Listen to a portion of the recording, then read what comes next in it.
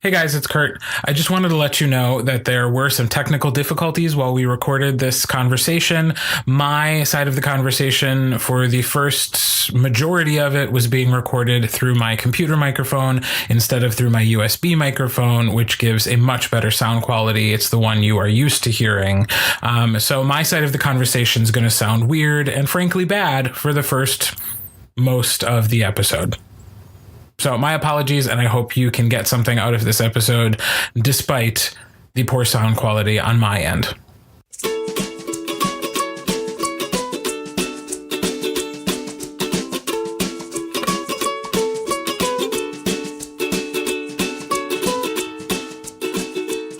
Are we podcasting? We're podcasting. We're podcasting. So before we get in too deep about things, how life words my mouth, I just want everyone to know that this weekend is mine and Kurt's 4-year podcastiversary. So happy podcastiversary, Kurt Graves. Happy podcastiversary to you, Malyssa Gabrielson.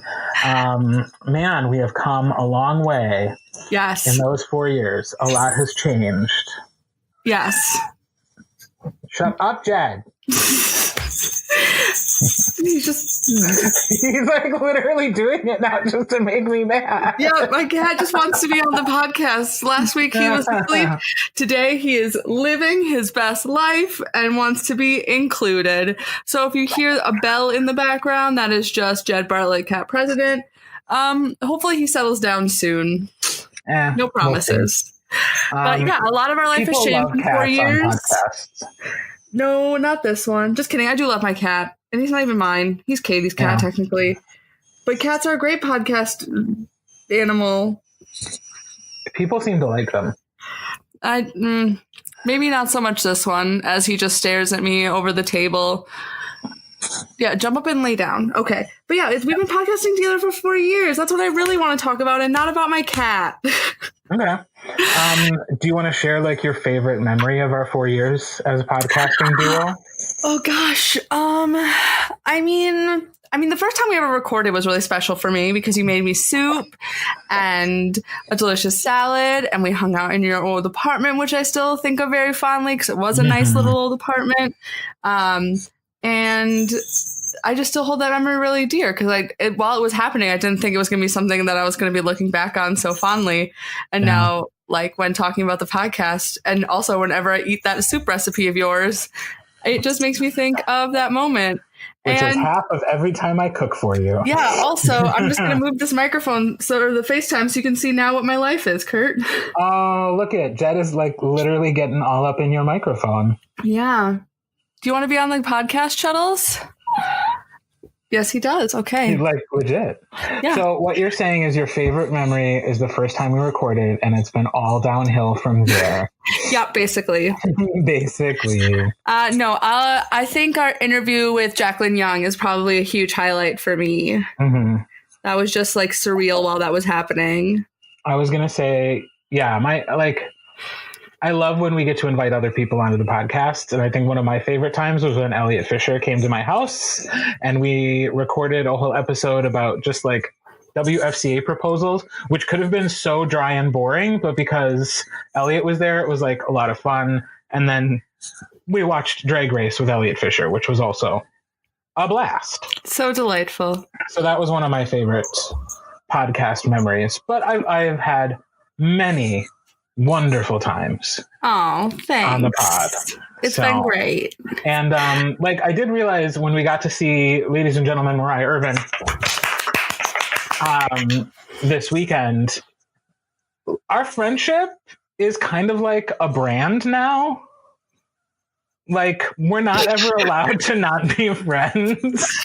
Yeah, we're screwed if we get upset with each other. It's like, oh yeah, we have a dynamic that is recognizable to people in the real world, and like they expect us to be like that, which it's a good thing that like we are that. I know, but it's so disconcerting to like just be like you and I like riffing on each other and like chatting and enjoying ourselves, and then realize that people are like more observational about that than they were before. Like it's like a thing now, and I am already a very self-conscious person. So Yeah. I was just like, oh yeah, people are paying attention to me. Like, it's one thing to like be on this podcast with you where we're like in our Sunday best and in quotation Sunday best. And but it's another to like remember that other people are like listening and in like we hope. we have but there's this whole other context of us outside of ourselves, and that's very strange for me to reconcile sometimes. Yeah, I had that moment yesterday with ladies and gentlemen Mariah Ervin. When she said like, "Oh my God, I miss you guys," after we just did like a totally normal riff back and forth, and I was like, "Oh God, yes, that's right." People know us as a duo, like so. That's a weird thing that we've created, having a podcast together. So wasn't that a fun 4-year reflection that got sort of meta and existential? Oops. Speaking of anyway, things, we were with each other yesterday. Yeah. You're jumping ahead, girl. Sorry. I don't want to talk about that yet. Okay. Tell me about your week. We had a lot of stuff go down this week, mainly because I took a day off of recording audiobook stuff on Wednesday. And that finally gave me time to do some work on our website and just kind of like rebranding Forensics Faces in general. And now it has our faces. Yeah, I was going to say, people may remember the episode last year where we talked about getting photos taken for the podcast. And now something was finally done with them. And I'm really excited about it because I think it was time for a fresh new look. Like, podcasting has changed, like it changes so much every year or two because it just keeps getting more and more popular. And so like I had the original podcast logo, and then a couple years in, it needed to be redone because podcast logos weren't looking like that anymore. And now they've changed yet again. And so many people are like, this is very inside baseball, and I don't know why people care, but like having your face on the podcast is like a popular thing now when you look at some podcast logos. So I was like, well, we are the Forensics Faces now. Yeah. Like, that wasn't originally the intention of the name because it was supposed to be about other people's faces, but now it's about our faces. So our faces are now on our official Forensics Faces logo that shows up in your podcast feed. And then also I put a bunch of photos of us on our website, which has been totally redone. And I think is even easier to navigate and has more features on it now than it did previously. So I'm excited about all of that. Go look at us. We cute. There's some good pictures. I didn't put the ugly ones on there. We real cute, y'all. Go check us out. Go scroll through. Go look at me laughing at Kurt, trying to make Kurt laugh and failing because he's a professional and I'm not. Also, I just don't find things funny. It's true. You are a hard man to make laugh. Except for myself. I find myself to be very amusing. You're like the funniest person you know. Yeah. You're the funniest person I know, Kurt Graves. I'm just amused by weird things. But go check out our new website and let us know what you like. If there's something you think that we should still change, let us know. But I think it looks great. You did a great job. Thank you. Thank you. And also, shout out to your former Etude student, current Etude student of my former co-coach, Dan Berkey, at Etude High School in Sheboygan, Jackson Close. That was a long introduction to get to his name. Yeah. But shout out to Jackson Close, who pointed out to us that not everybody can enjoy a podcast. It is not a medium everyone can enjoy, and that we should be providing transcripts, which is something we had talked about before and something that some time and energy had gone into trying to figure out. And it's expensive, and it should be, because it's like, it's a skill and a talent to be able to do that well and to be able to do it quickly. And the people who do that charge money for it, as well they should. But until this podcast starts raking in the cash, we're not getting professional transcripts. But starting with last episode, our podcasts will now automatically be uploaded to our YouTube page. And the YouTube page will automatically create an auto-generated transcript of our conversation. And then it's available as closed caption. So it's not word perfect, but it's pretty darn close. Yeah. They do a very good job considering it is completely auto-generated.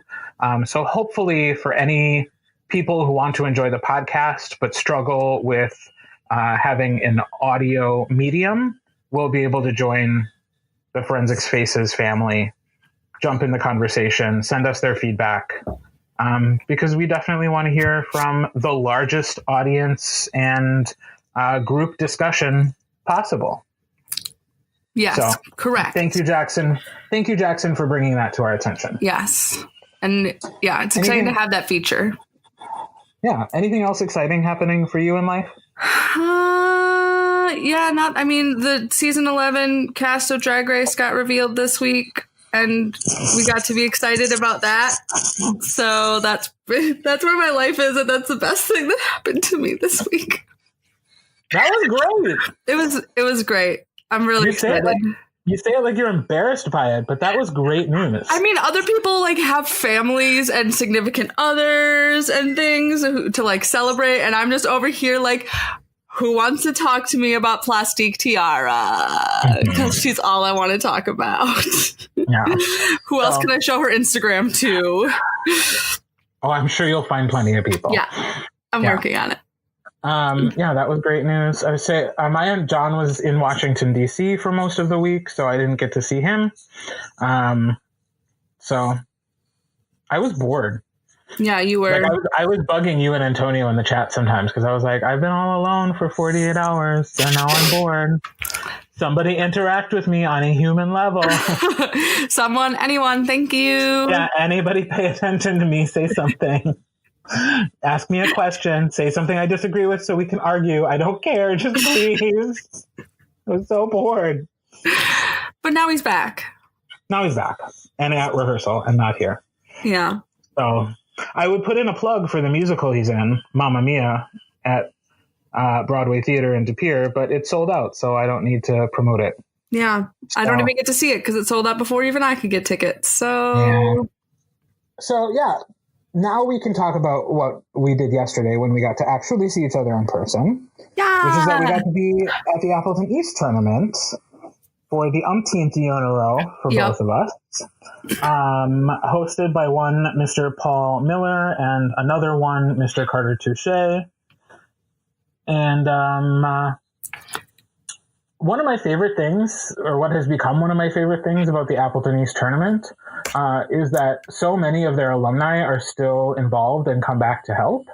And so I get to have this annual reunion with Maureen Malone, who I competed against in high school, and who now listens to the podcast. So, hey, Mo, you get your shout out because you talked to us about the podcast, and everybody who talks to us about the podcast gets a shout out. It's really become one of my favorite things about that tournament is getting to see people that have been around and involved since they were competitors, which in Mo's case is since I was a competitor. And I love getting to catch up with her and see how she's doing. Any other thoughts on the tournament as it was from you? I led a little coaching clinic of sorts at the tournament, so it was really nice to hang out with Jared from Amherst and Anne from Hortonville and just getting to chat with them because I don't always get to do that. It was also great getting to see Mariah Ervin for the first time this season. Ladies and gentlemen, Mariah Ervin. And just getting to hang out with you and Paul. And it's just a fun tournament. But now I'm going to tell you a story from the award ceremony because you had already left. I bounced. Because you get to do that now. So two things I really loved with the award ceremony. One was Paul's just really bromantic speech to Carter about how helpful and wonderful and like how great the two of them are together. And it was very cute and I was very touched. But before he thanked Carter, when he was thanking his tab room, he gets to Mariah Ervin. And instead of being like a regular person asking for a California clap, he does this whole build up about how she's a really like quiet person and stuff. And so she doesn't like a lot of applause. So we did a moment of reverence where we all just sat silent in the auditorium after he said her name. And I was dying. I almost pulled out my phone to FaceTime you, but I didn't want to ruin the moment and look really rude because I was also sitting in front of Ron Steinhorst and Mark Hottie from Wapaka. Also, when Paul gave a shout out to Mark for helping him fix his soundboard, he referred to him as Mark Hottie. Yes. Oh, so many coach nicknames are becoming a thing. So it was delightful. It made me very happy. So thank you, Paul. You made my day. Awesome. I'm sad I missed it. And you know what? Next year, if I don't have a reason to, I will stick around just to see Paul's speech, if not stay for the whole thing. Yeah. So it was really great. I'm bummed I missed that. And I bet Mariah hated that even more than a moderate amount of applause. Right? I bet that was so terrible for her. I can't wait to ask her about it next week. We love you, Mariah. Yes, you are so loved, girl. She's just so delightful and pleasant and positive and helpful. And like, I got there and she was already like running around helping people find places in the school and like directing people. And I got the biggest, best hug from her right off the bat. She's a delight. Yeah, we are undeserving of her. She's a GD delight. So we both ended up working in Tab this weekend. Yeah. Which I enjoyed because it had been a couple weeks into the season and I'm doing more judging and I'm really enjoying judging. So like I say that and I mean it. I am sincere when I say I'm enjoying judging, but it was nice to get to hang out with friends and have kind of a chill day in the Tab room as well. And where was I going with that? Well, we don't have a best thing we saw this week because that is what I was going to talk about because yes. Yeah. So, but there's something we need to like discuss because we're having a conversation and we just want to make sure that people realize that when Kirt and I are talking about the best thing we saw this week, it's not necessarily that we are like endorsing the piece or that we like are like, we want people to like go out and like only have them do well. Like one of the reasons we decided to start doing the best thing we saw this week was because we have a platform. We want to be able to take time to give our version a little bit of extra recognition to pieces that we saw and students that we loved. And sometimes we don't write down their names or know what school they're from. Sometimes we are really vague about it. Sometimes we are very, very particular about that student and trying to call them out. And we just want to make sure that people don't think that we are like being like picking favorites and stuff. We're just trying to bring recognition to the students from us, not necessarily that we are trying to like expect everyone else to have the same opinions about them that we do. Exactly. Forensics remains a subjective activity. We are celebrating a performance we really enjoyed.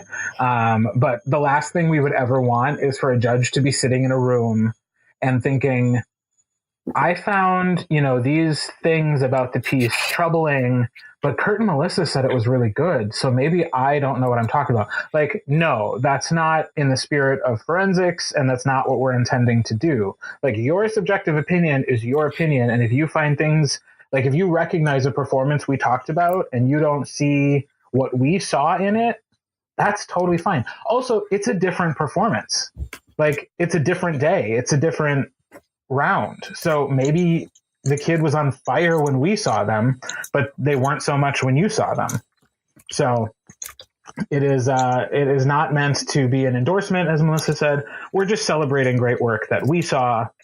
And we will continue to do that with the best thing we saw each week, just not this week because we didn't really see anything. I did get to judge the final round of radio, so I could talk about that, but it was a good round, so yeah. I'm not going to call out anybody in particular. And that's okay. It happens sometimes. But we try to make sure that we like acknowledge good performances and we try to make sure that we acknowledge everyone who we chat with. But like we gave a shout out, but we like literally talked to so many people yesterday about the podcast. It's kind of ridiculous. But I did promise Holly Reinl that I would say her name on the podcast because we got on the bus and she and her brother spent most of the bus ride home doing duets into the microphones that were on top of the trophies. And I found it to be really entertaining. So, Narlene, here's your shout out. Thanks for keeping me entertained, Holly. You did it. That's so cute. So just to be clear, they're a brother-sister duo that actually enjoys each other? Yeah, it's really weird. Oh, it's nice though. It's rare, but nice. Yeah, it's really cute. That was nice. And that's, of course, that's Heath Rhino, who is the new me.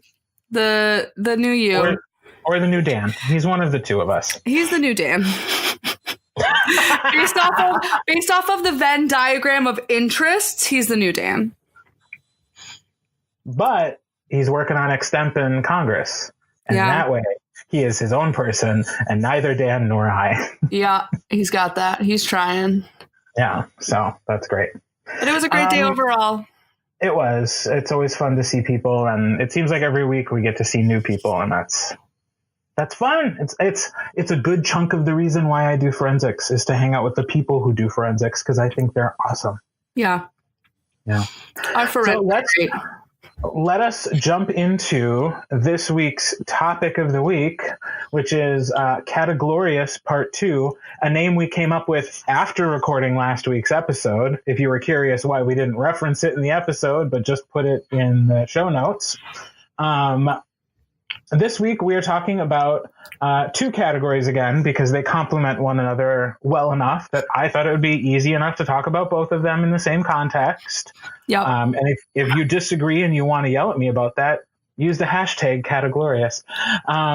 We are talking about demonstration speaking. We're just really combative in this episode today.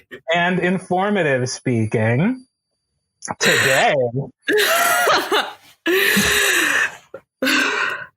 This is our dynamic. This is on brand for us. Yeah, demonstration speaking and informative speaking, formally in our WFCA, 4-minute speaking. Yes, and I think that will play a big part of the discussion. So for anybody who's not from Wisconsin, our informative speaking is not the national level informative speaking, although we keep taking steps to get it there. We started with a category called 4-minute, which was literally a 4-minute speech on any topic. It was an informative speech, no visual aids. Then we changed it to 6 minutes to try to get it a little bit closer to that national 10-minute time length, and also just give students and judges a little bit more time and information to talk about their informative topics. And then we added in visual aids. So step by step, we are creeping closer to a 10-minute informative speech. But right now, our informative speaking is a 6-minute speech that can include visual aids. And for us, demonstration speaking is its own separate category that is also, in its way, an informative speech. But in demonstration, you are allowed not only to use visual aids, but you can also use costuming. Yes. So let's define these well, we kind of just did. So yeah, but I will say one of my favorite things about demonstration also is that it is the only category where you can have a silent partner or someone within which to help your demonstrations. So whether it is a demonstration on ballroom dance technique or cheerleading or some form of martial arts or gymnastics, I think it's a really cool feature that we in the association allow a person to constitute a visual aid. Yeah. As long as they remain silent. In our sister organization, the WHSFA, they've actually changed so that 2 people can be giving a demonstration speech in tandem.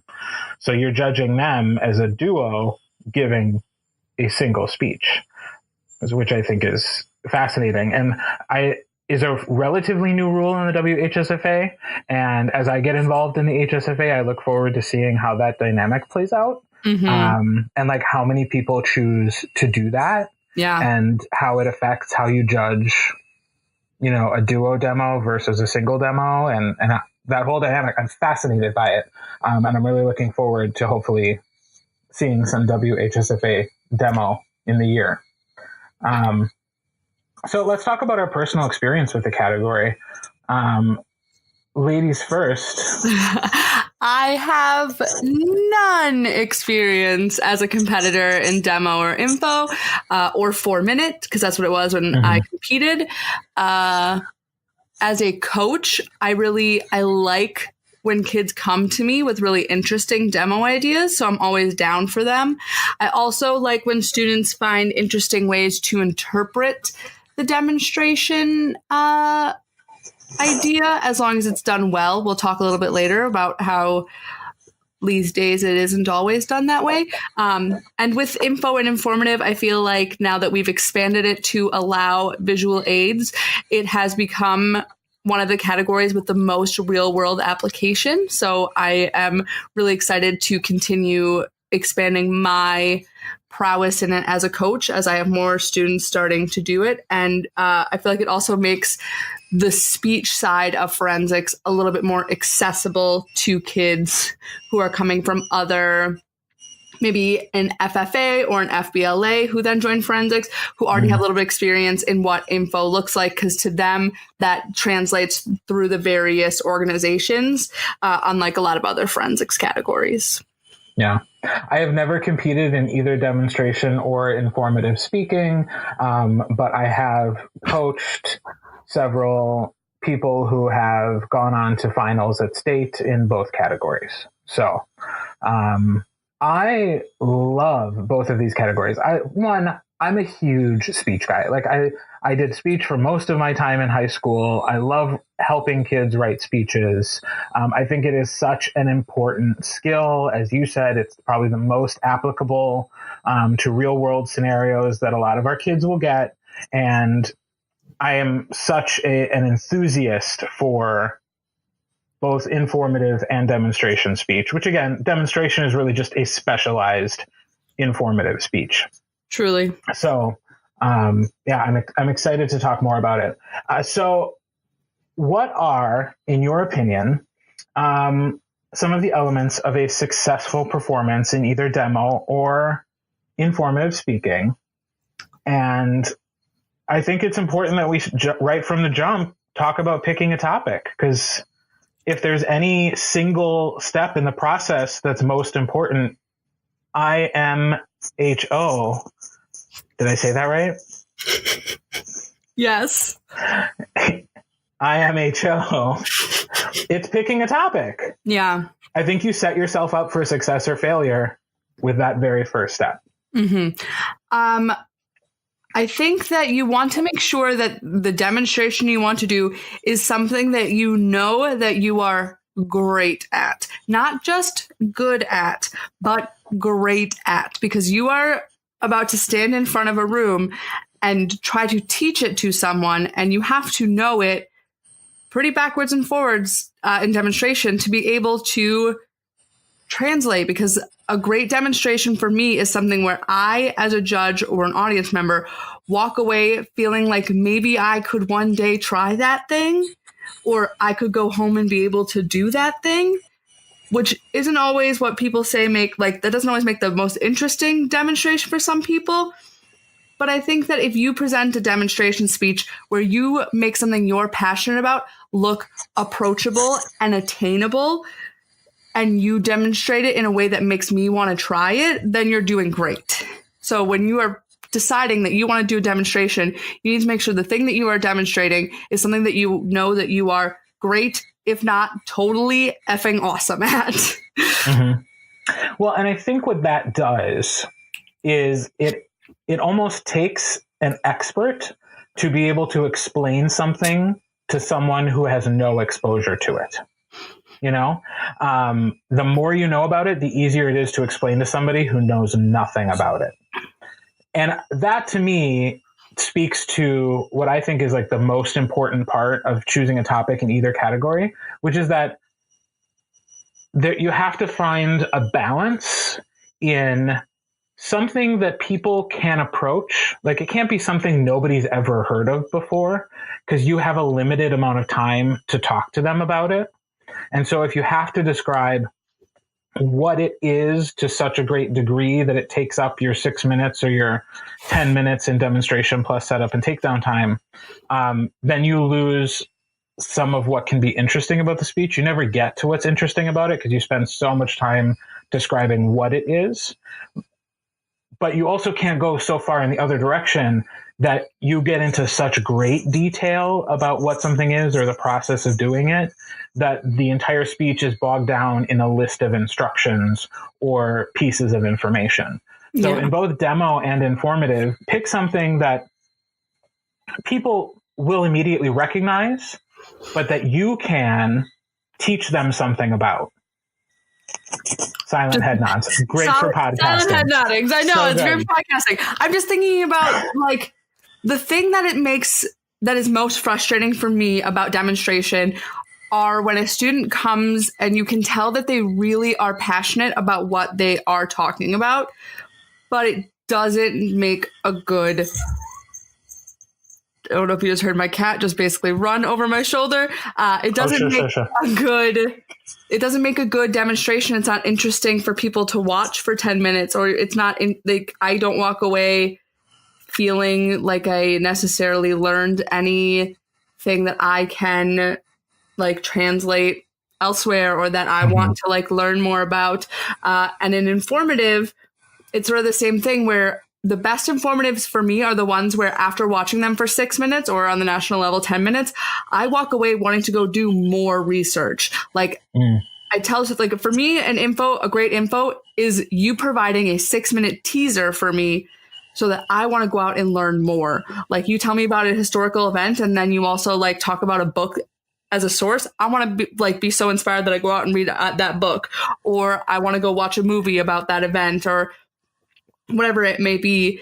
And so I think that in both demonstration and informative, you want to set people up as a little teaser to the thing that you're passionate about, and like making sure that you're thinking about that way, and that the thing that you are demonstrating or doing translates really well, especially in demonstration, because it doesn't always do that. And like this sort of goes off tangent from that, but I don't think people think enough about the actual physical demonstration when they're doing it. Okay, I'm going to stop you real quick because I have a counterpoint to what you were just saying before we agree about the thing you're about to say. Okay, great. So I think everything should be a teaser. Kirt doesn't. Well, no. Just the point that you were making about feeling passionate about the thing, because I have, to me, one of the best demonstrations I've ever seen. And I tell this to my students all the time. I've probably mentioned it on the podcast before. To me, the best demonstration topic I've ever seen was the gal from Appleton East a few years ago who did the like hotel, resort, cruise ship towel animals. Like everybody knows what those are. It takes no time at all to explain what it is you're doing. And I don't know that she was particularly passionate about towel animals. That's fair. But man, did it make a great demonstration speech, because it was interesting, entertaining. She was an engaging speaker. She talked about not only the process, but like where they're found. She added in some puns. It was cute. It was fun. It has stuck with me for years. And again, I don't know that that was really something she was passionate about. She was just a good demonstration speaker. That being said, the reason I think that was so successful is it was such a good thing to demonstrate. Yeah. Which I think is the point you were about to make. So I will let you continue to make that. Well, I feel bad sometimes when a student comes to me and they want to show off this really like I had a student who wanted to show how to cross stitch. And that can potentially be a really interesting demonstration, but the actual physical thing that you're doing is so small. So you have to get creative then about the physical presentation. And so I think that sometimes people don't think big enough or creatively enough when it comes to the actual physical demonstration. You get to bring as much visual aid as you want. If you want to have a setup that takes you a little while and it is part of a bang out speech, then take the time to have the really great setup, to have the really great visual aid to be able to give you the best demonstration. I think people feel like they don't want to take up too much time with their setup. They don't want to like make it awkward, but I would rather sit in a room quietly for 2 minutes while a student sets up a totally ridiculously awesome demonstration speech that they follow up with a really great, awesome speech than for them to rush up there with something that doesn't really look that great or work out that great. Or that you can't see. Or that you couldn't possibly emulate based on the instruction they're giving. a demonstration is not an exhibition. And I have seen some demonstration speeches that are exhibitions of great talent and great training in some specific area that after having seen it, other than being impressed with how good they are at the thing, I didn't learn anything about how to do it. Not really. So that's, to demonstrate something is a specific skill and takes time and thought and energy. And again, goes back to picking the right topic, because if you pick something you can't actually demonstrate, is your cat okay? Yeah, he just threw a controller on the ground because it's his dinner time in an hour and he wants to eat now. My cat right now is demonstrating how to get someone's attention, and he's doing so by picking an object that's very large, that he knows that I can see him pushing from the distance within which I'm sitting away from him. He also made sure to tap into me sonically by making sure that he threw it onto the ground so that it made a noise. So that way I was engaged on more than one sense level. So yeah, Cat President over here is doing a great job at a perfect example of things that are important in a demonstration. Yes. And I think the equivalent of that in informative is, again, just, picking something that people can be interested in. And that doesn't necessarily mean something that you think is universally liked. But you have to find something that people will have an entry point in, and you have to justify the reason you're talking about it. I want to tell an anecdote, but I'm worried that it's going to sound like I'm calling a student out for doing a poor job. But okay, I'm going to try. Maybe we'll have to cut this. But okay. I once saw 2 years ago when info was first, you could first do it as a national qualifying category at national qualifiers for NSDA. I saw a student do an informative speech about Bitcoin, and he set up his aid, and it was a picture of the logo for Bitcoin. And I was like, oh, I was so excited. I was like, I'm finally going to learn what Bitcoin was. Can you tell me what this means? Yeah, exactly. But the way that the student presented it was really hard because he used lots of terminology that was not layman's at all, and didn't break down what they were or provide an analogy or metaphor to make it more attainable for his audience. So even though he was really passionate about it, and even though the topic was something that I was initially super interested in, by the end of his 10 minutes, I was so lost and I had no idea what was going on because he just was not able to translate his passion for this kind of topic into a speech that felt informative, because it's not just the idea that you're informing people, it's that people are then also taking the information in. You can put out as much information and informative as you want. You can give out as many dates and facts and things, but there needs to be fun facts with those factoids.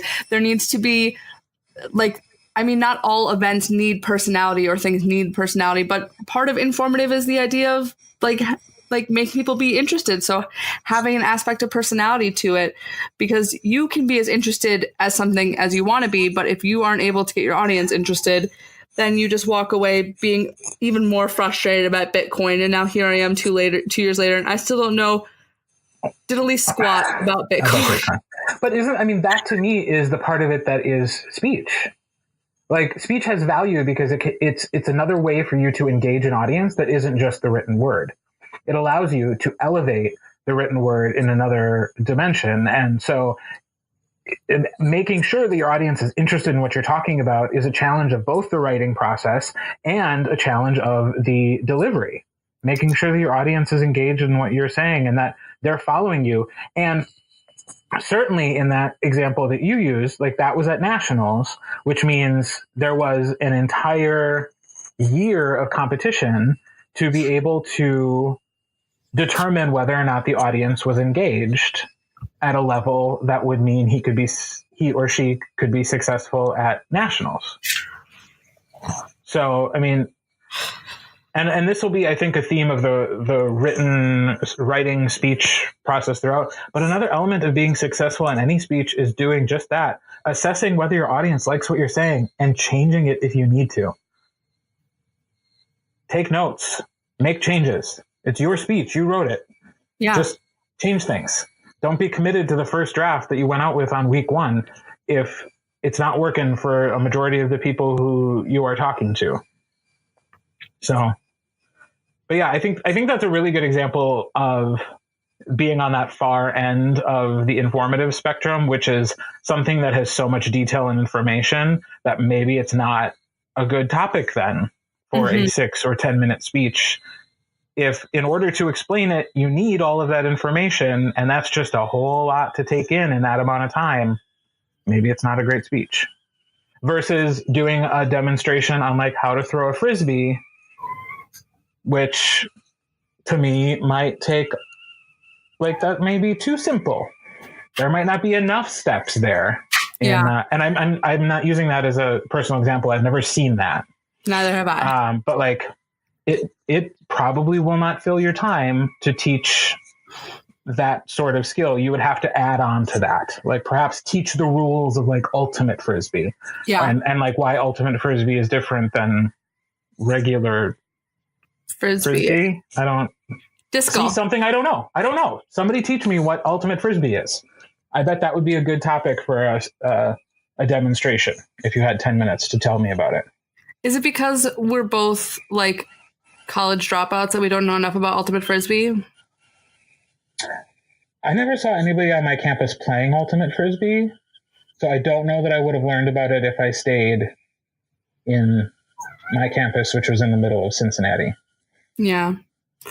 I mean, all of my friends who like went to college played ultimate, and they like tried to teach me once, but it was a sport and I was really bored. So, yeah. But I would love to see give me a demo about it. Tell me. Right. Also, what's the difference between disc golf and ultimate Frisbee? Because I don't think I exactly 100% know. I thought they were the same thing. So they're not. So there you go. Free topic idea for anybody who wants to take it. Are there any practice techniques that you would want to highlight as far as creating the speech and or practicing the actual presentation of the speech? I think that demonstration is one of the ones where you always want to have other people in the practice room. That's not just you and your coach or the other or your student. You always want other people in the room with you, and then the feedback at the end, feeling as if asking them if they think they can walk away if they learned something, or if a student is doing something where they can actually give materials to their teammates to try to do it along with them, like something where they're like, it's some sort of like craft object or something, like you actually doing it along with the student to see if the directions that they're giving actually provide an end result. So if a student is like teaching how to make like a tie blanket or something, try to follow along with it, but not like your knowledge, but off of the information that they're giving, and seeing if the information that they're giving actually exactly translates into the right end product. Yeah. Which can be difficult sometimes, but because not all demonstrations are like that.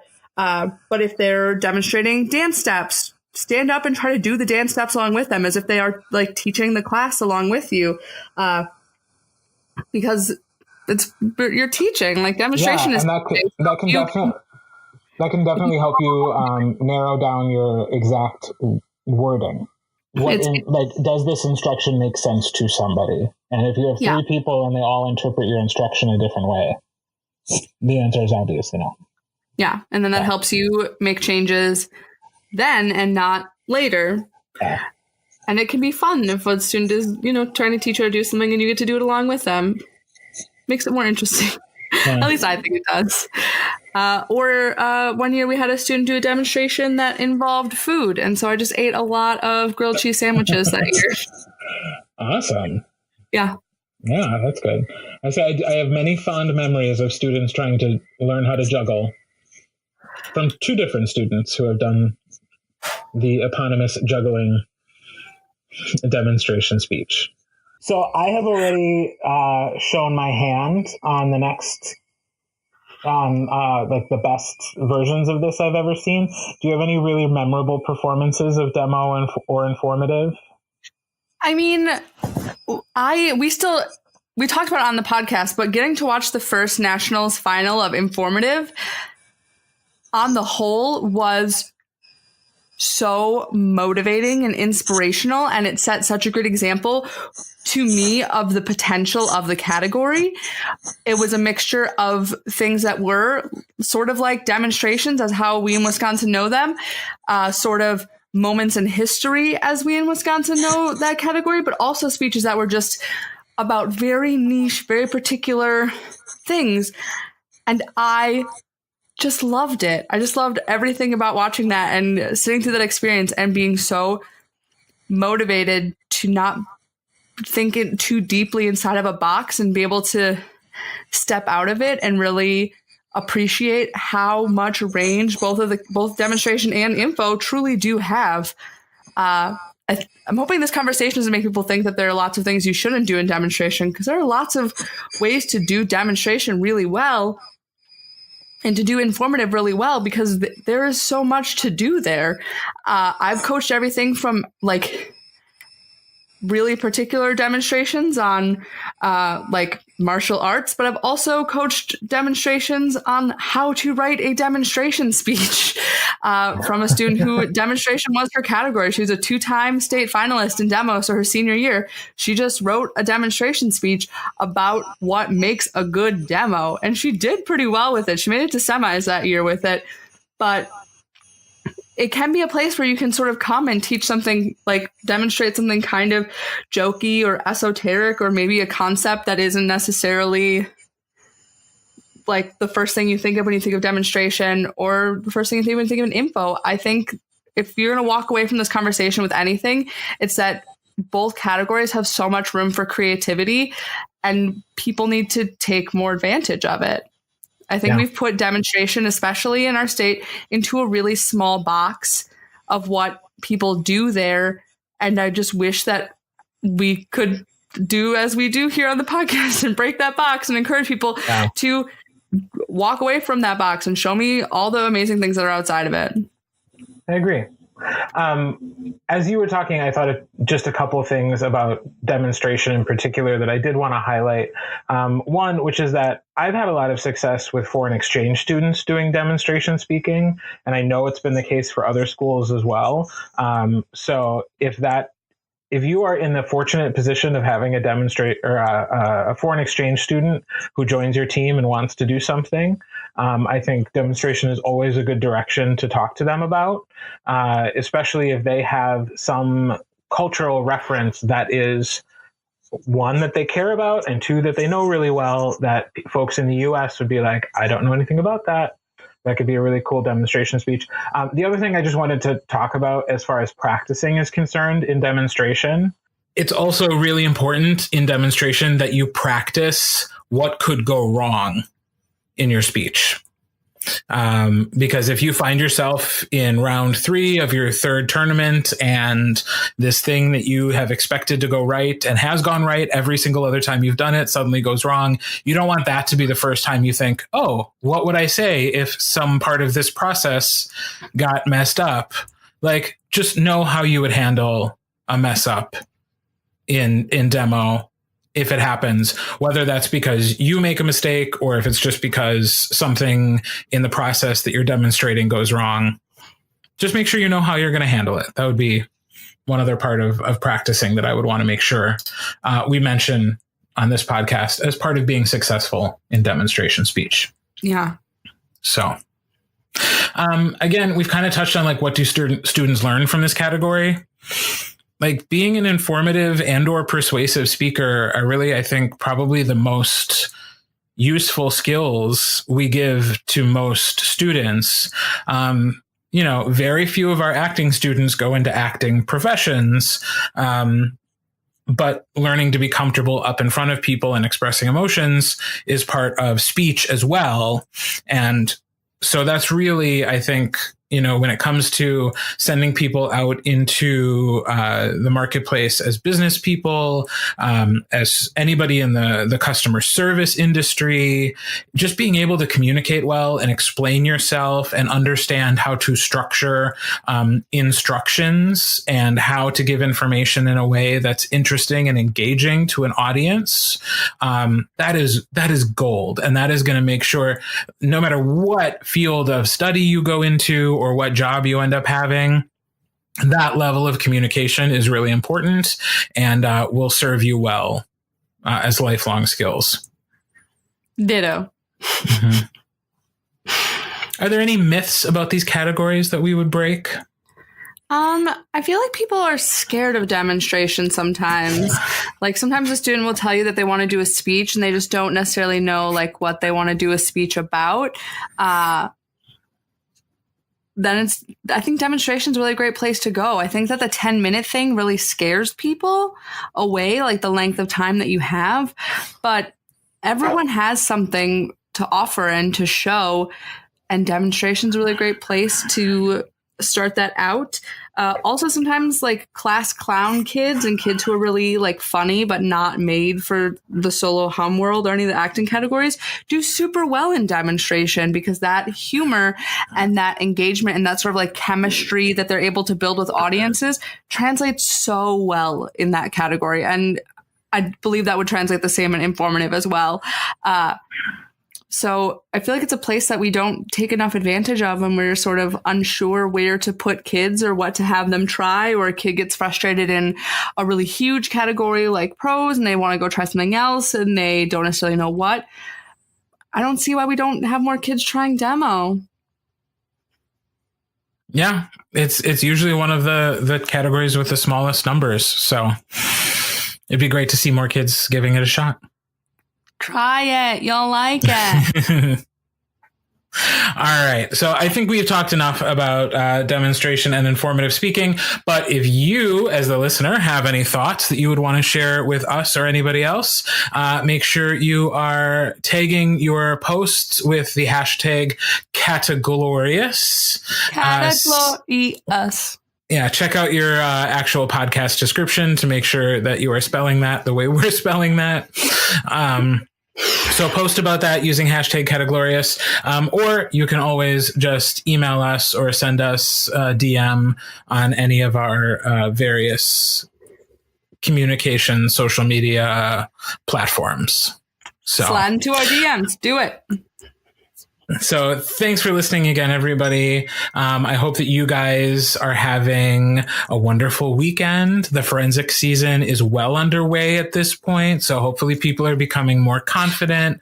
The nerves are sliding away a little bit and we can be having a little bit more fun with both performing as students and judging as adults. And we look forward to seeing more performances. Fun fact, next week, Malyssa and I will be at different tournaments. Get ready, y'all. So we will have summaries of 2 different tournaments on the same podcast. Oh, shoot. Geographically diverse. Woo! So thank you so much, everybody. Have a great week. And we will talk to you next week. Bye. Bye. Forensics Faces is proudly produced in Wisconsin, the birthplace of the National Forensics League. Our theme song was written and performed by JJ Hameister. If you're a fan of Forensics Faces, the best way to support the podcast is to leave a 5-star rating and review on Apple Podcasts. You can get in touch with Malyssa and me by emailing listen@forensicsfaces.com. You can also find links to all our social media accounts and our online merch store by visiting forensicsfaces.com. I'm Kirt. And I'm Malyssa, encouraging you to listen, think, and speak. Preferably in that order.